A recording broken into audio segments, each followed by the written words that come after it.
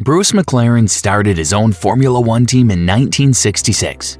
His goal was simple: build the best cars and let the fastest drivers show what they could do. Before this, he had raced for other teams since 1958, but he wanted to create something that would last beyond his own time as a driver. The first McLaren F1 car, the M2B, was slow and broke down often, but it was the start of something bigger. McLaren's debut season was disappointing, as is often the case for new teams. The M2B broke down most of the time, and when it finished, it was far behind the leaders. But Bruce McLaren did not give up. He wanted to build a racing team that could compete in Formula One, IndyCar, sports cars, and Can-Am all at once. He showed marginal improvement with M5A, but McLaren was still learning the basics of Formula One competition. What made the difference was Bruce McLaren's approach to engineering and development. Unlike other team owners who focused purely on racing, McLaren understood that building a sustainable racing business required excellence in every aspect of the operation, from design to manufacturing to race day execution. Tragedy strikes. Bruce McLaren died in June 1970 while testing a Can-Am car at Goodwood. He was only 32. His M8D crashed into a Marshall post. At that point, the team was still trying to find its place in Formula One, and his death could have ended everything. But the team did not end with Bruce's death. Teddy Mayer became team principal and kept Bruce's focus on steady development and technical skills. In 1968, Denny Hulme gave McLaren its first Formula One wins at the Italian and Canadian Grand Prix. This showed that McLaren could beat the top teams when things went right. In the late 1960s, McLaren focused on becoming a real Formula One team, not just winning titles. They worked on their engineering and learned how to compete at the top level. Bruce McLaren's main achievement was building a team that would last long after he was gone. The first champion. McLaren got their first championship in 1974 after hiring Emerson Fittipaldi from Lotus. Fittipaldi had already won a world title, but he wanted a team that could give him a car good enough to win often.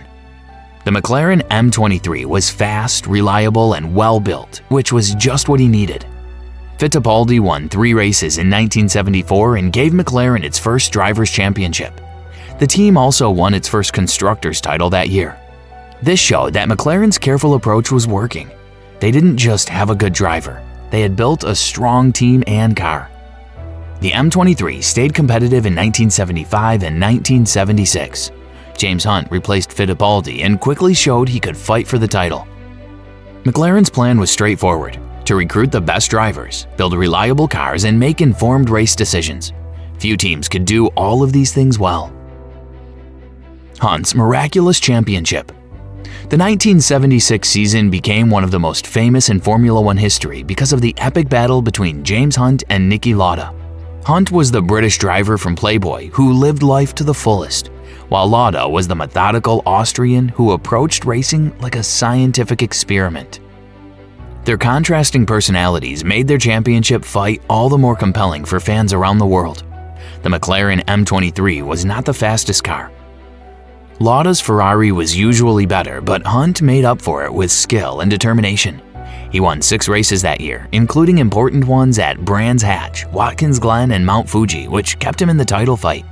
The title fight came down to the final race in Japan, where torrential rain made the conditions extremely hazardous. Lauda withdrew from the race after just 2 laps, deciding that winning the championship wasn't worth risking his life again after his horrific accident at the Nürburgring earlier that year. Hunt finished 3rd in Japan, which was enough to give him the championship by a single point. It was McLaren's most dramatic title victory, establishing them as one of the sport's premier teams.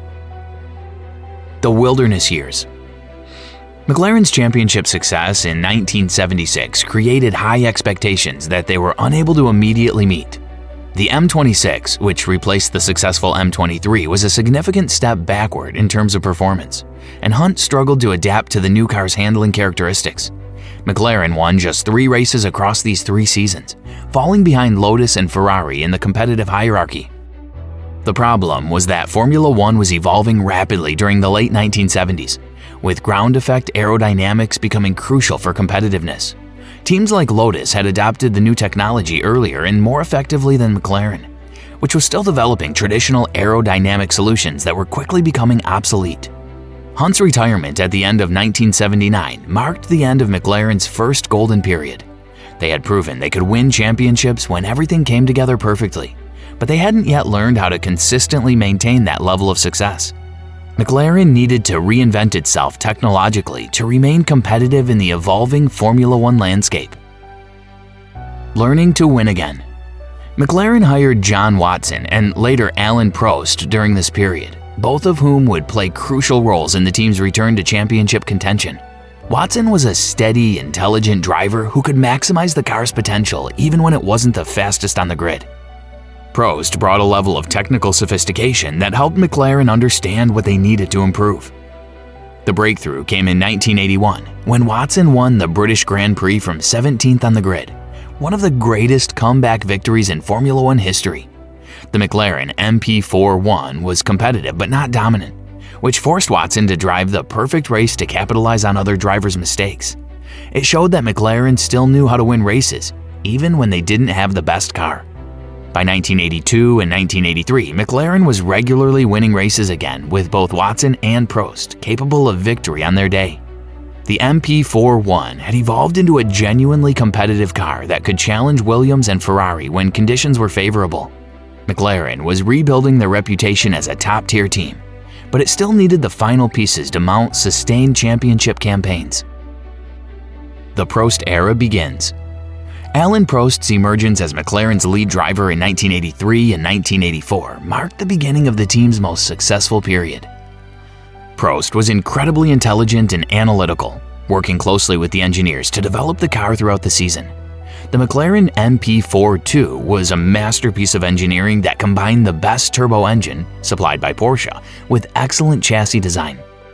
The 1984 season was a demonstration of McLaren's systematic excellence. Prost and his teammate Niki Lauda won 12 races out of 16, with the championship coming down to the final race between the two McLaren drivers. Lauda won his third title by half a point, but McLaren had established itself as the dominant force in Formula One. Prost got his revenge in 1985, winning his first world championship while McLaren secured their third constructors' title. The MP4-2B was even better than its predecessor, and Prost was driving at the peak of his abilities. McLaren had built the perfect combination of technical excellence and driver talent, making them virtually unbeatable when everything worked correctly. Williams fights back.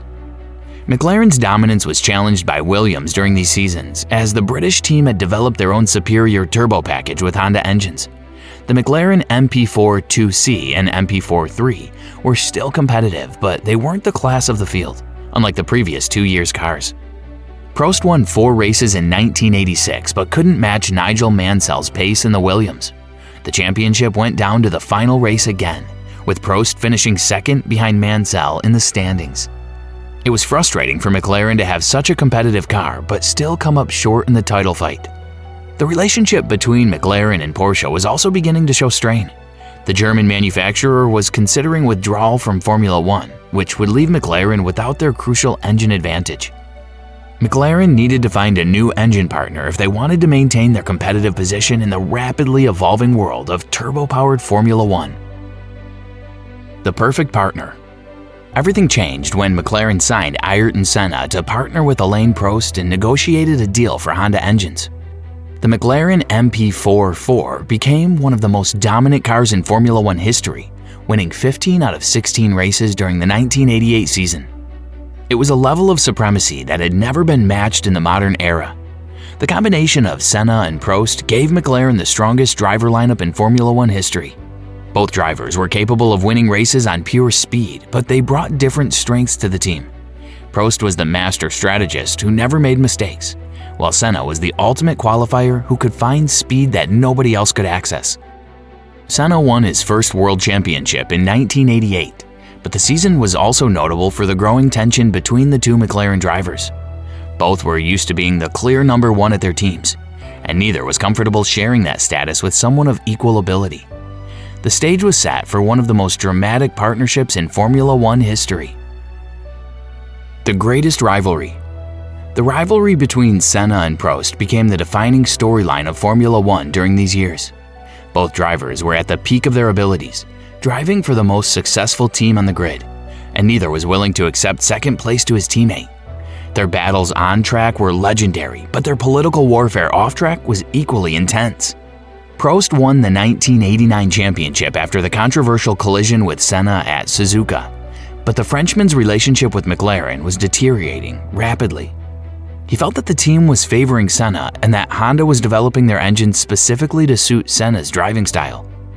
The tension reached a breaking point when Prost criticized Honda publicly, leading to his departure from McLaren at the end of 1989. Senna dominated the 1990-1991 seasons in the McLaren MP4 5B and MP4 6, winning both championships in dominant fashion. However, McLaren's period of easy supremacy was coming to an end as Williams developed its superior active suspension technology and Renault engines. The Honda engines that had made McLaren unbeatable were becoming less competitive compared to their rivals' power units. Beginning of the end. McLaren's final 2 seasons with Honda engines marked the end of their most successful era. The MP47 and MP48 were still competitive cars capable of winning races, but they weren't as dominant as the designs of the previous 4 years. Williams had taken over as the class of the field with their advanced technology and superior engines. Senna won his final races for McLaren during these seasons, but he was clearly frustrated with the team's declining competitiveness. The Brazilian was accustomed to having the best car on the grid, and McLaren could no longer provide that level of superiority. Senna began looking for other options while Honda announced their withdrawal from Formula One. The loss of Honda engines was devastating for McLaren because no other manufacturer could match the Japanese company's level of investment and technical development. McLaren was forced to use customer Ford engines in 1993, which immediately dropped them from championship contenders to occasional race winners. It marked the beginning of McLaren's decline from the pinnacle of Formula One. Life after Senna. Ayrton Senna's death at Imola in 1994 while driving for Williams was emotionally devastating for everyone at McLaren. Senna had been their star driver for 6 years and had delivered 3 world championships for the team. His loss represented the end of an era for McLaren and the sport of Formula One as a whole. McLaren struggled to find a replacement driver who could match Senna's exceptional abilities. They hired competent drivers like Mika Häkkinen, Mark Blundell, and David Coulthard, but none were at the level needed to compete for championships. The McLaren MP49, MP410, and MP411 were decent cars that could win occasional races, but they weren't consistent championship contenders. The bigger problem was that McLaren was falling behind technologically as other teams embraced new approaches to car design and aerodynamics. Ferrari, Williams, and Benetton were all developing superior solutions, while McLaren remained conservative in their technical approach. They were still a professional racing organization, but they were no longer setting the standard for excellence that other teams tried to match. Comeback begins. McLaren's partnership with Mercedes-Benz engines beginning in 1995 finally started paying dividends by 1997. The McLaren MP412 was a significant improvement over previous designs, and Mika Häkkinen had developed into a driver capable of winning championships. More importantly, McLaren had hired Adrian Newey from Williams, bringing one of the best aerodynamicists in Formula One to their design team. The 1997 season saw McLaren return to regular race-winning form, with Häkkinen scoring his first Formula One victory at the European Grand Prix. The car was fast and reliable, giving McLaren genuine hope that they could challenge Ferrari and Williams for championships again. It was their most competitive season since the early 1990s. But it was the 1998 season that truly announced McLaren's return to the top of Formula One. The MP413 was the class of the field, and Häkkinen dominated the championship with 8 race victories. McLaren had finally solved their technical problems and built a car capable of sustained excellence. Their partnership with Mercedes was producing the results that both companies had hoped for when they began working together. Häkkinen's glory years. Mika Häkkinen's back-to-back championships in 1998 and 1999 represented McLaren's successful return to the pinnacle of Formula One. The Finnish driver had the perfect combination of speed, intelligence, and consistency that McLaren needed to compete with Michael Schumacher and Ferrari. The MP413 and MP414 were both championship-winning cars that could compete on any type of circuit. The rivalry between Häkkinen and Schumacher during these years was reminiscent of the great McLaren battles of the past. Both drivers were at the peak of their abilities, and their championship fights went down to the final races of both seasons. Häkkinen's ability to perform under pressure when championships were on the line proved that McLaren had found another driver capable of delivering titles. But McLaren's resurgence was threatened by Ferrari's systematic improvement under Ross Brawn and Jean Todt. The Italian team was laying the groundwork for its own period of dominance, and McLaren would need to continue innovating if it wanted to stay ahead of its historical rivals. The competition at the top of Formula One was about to become even more intense. Ferrari's revenge. Michael Schumacher and Ferrari's dominance during these years pushed McLaren back into the role of occasional race winners, rather than championship contenders. The McLaren MP4-16, MP4-17, MP4-18, and MP4-19 were all competitive cars, capable of winning races, but they couldn't match Ferrari's systematic excellence across entire seasons. Mika Häkkinen retired at the end of 2001, and while Kimi Räikkönen proved to be a worthy replacement, the young Finnish driver needed time to develop into championship material. McLaren found itself in a frustrating position, having fast cars and talented drivers, yet being outperformed by Ferrari's superior organization and strategy. The 2003 season was particularly painful because Räikkönen actually led the championship for much of the year and went into the final race with a chance to win the title. But mechanical failures and strategic mistakes cost McLaren crucial points when they were in winning positions. It was a perfect example of how Formula One championships are won by teams that can execute flawlessly under pressure, and McLaren wasn't yet at that level. Montoya experiment. McLaren's decision to hire Juan Pablo Montoya from Williams was intended to provide them with the aggressive driving talent they needed to challenge Ferrari and the emerging Renault team. Montoya was blindingly fast and fearless in wheel-to-wheel combat, but he also brought a level of unpredictability that didn't always serve McLaren's interests. The McLaren MP420 was genuinely competitive in 2005, with both Räikkönen and Montoya winning races and challenging for the championship. But reliability, problems, and strategic errors prevented McLaren from mounting a sustained title campaign. Renault and Fernando Alonso were more consistent throughout the season and deserved their championship victories. McLaren's fundamental problem during this period was that they were building fast cars, but not complete racing packages. Their engines were powerful, their drivers were talented, and their aerodynamics were sophisticated, but they couldn't consistently put all the pieces together to win championships. Other teams, such as Ferrari, Renault, and later Red Bull, were better organized and more effective at maximizing their potential. Hamilton's arrival. The arrival of Lewis Hamilton in 2007 transformed McLaren from occasional race winners back into championship contenders. The young British driver's combination of raw speed, racecraft, and mental toughness was exactly what McLaren needed to compete with Ferrari and their established stars. Hamilton's rookie season was one of the most impressive debuts in Formula One history.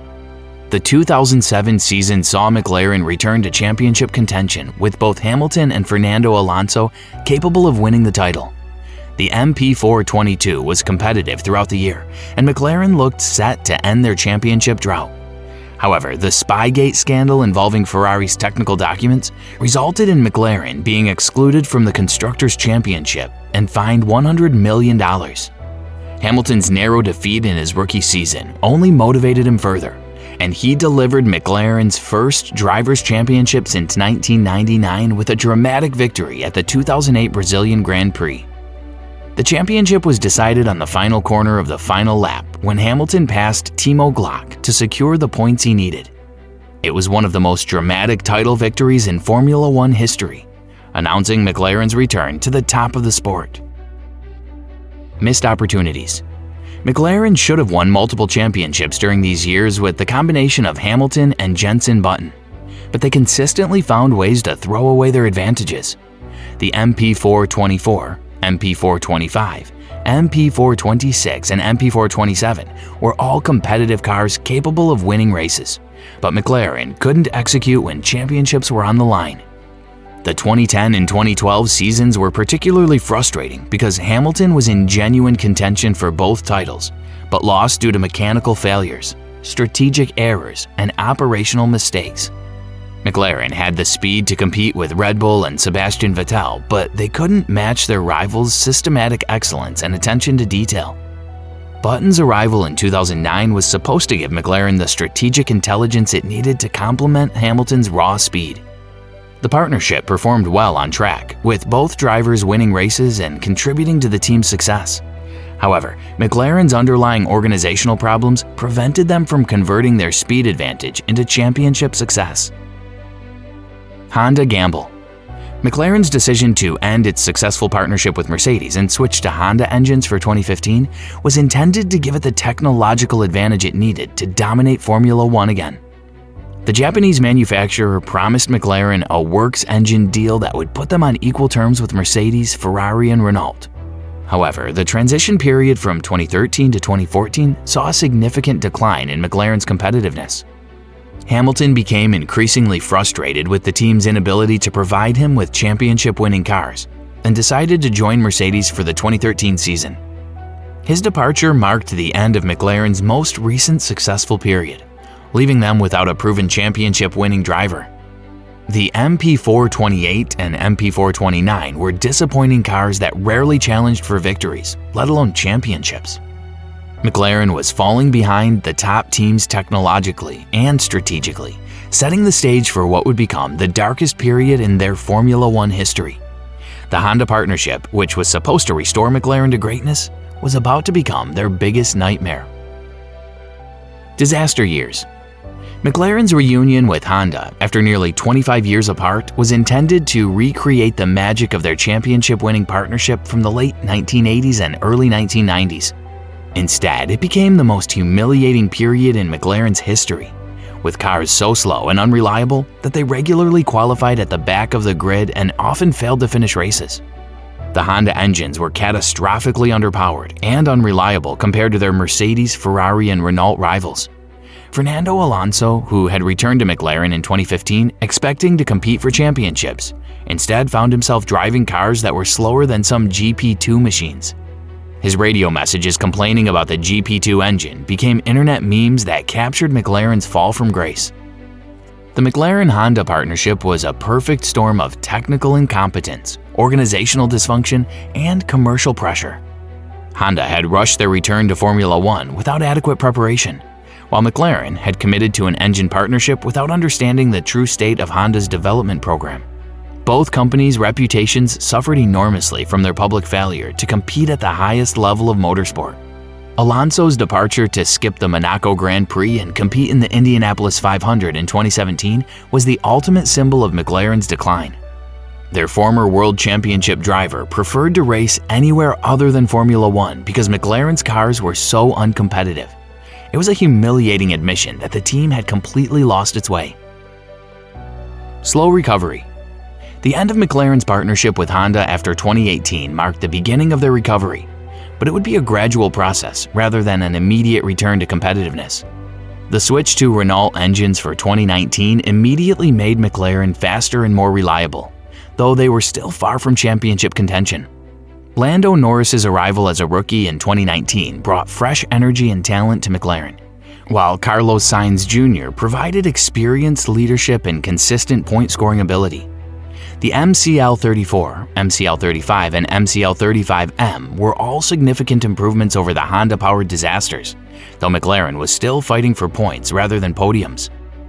The 2020 season saw McLaren score their first podium since 2014, when Sainz finished second at the Italian Grand Prix. More importantly, they finished third in the Constructors' Championship, their best result since 2012. McLaren was finally showing signs of returning to their former competitive level, though it still had a long way to go before challenging for championships again. The first victory in nearly a decade.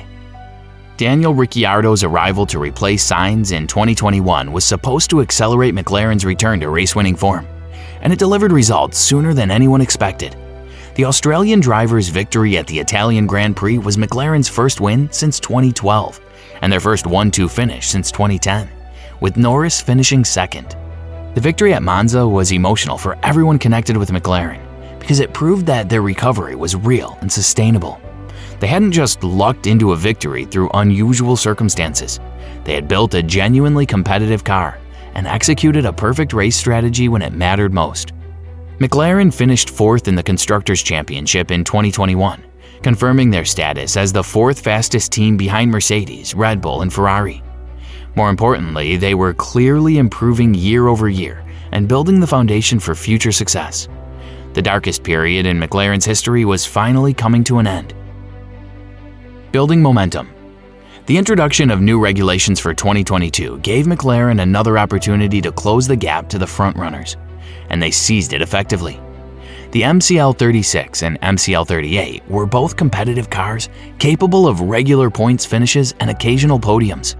Norris established himself as McLaren's clear #1 driver, while Ricciardo struggled to adapt to the team's car philosophy. Oscar Piastri's arrival to replace Ricciardo for 2023 brought fresh talent and renewed optimism to McLaren. The young Australian's speed and maturity impressed everyone on the team, and its partnership with Norris gave McLaren one of the most promising young driver lineups on the grid. The 2023 season saw McLaren continue their upward trajectory with multiple podium finishes and consistent point-scoring performances. They were clearly the 4th fastest team again, but the gap to Red Bull, Ferrari, and Mercedes was closing steadily. McLaren was building momentum and confidence that would serve them well in future seasons. Return to glory. McLaren's breakthrough came in 2024 when their car development finally produced a machine capable of challenging for race victories on merit rather than luck. The MCL38 was genuinely competitive throughout the season, with both Norris and Piastri winning races and consistently fighting at the front of the field. Norris's first Formula One victory at Miami was the culmination of years of development and hard work by everyone at McLaren.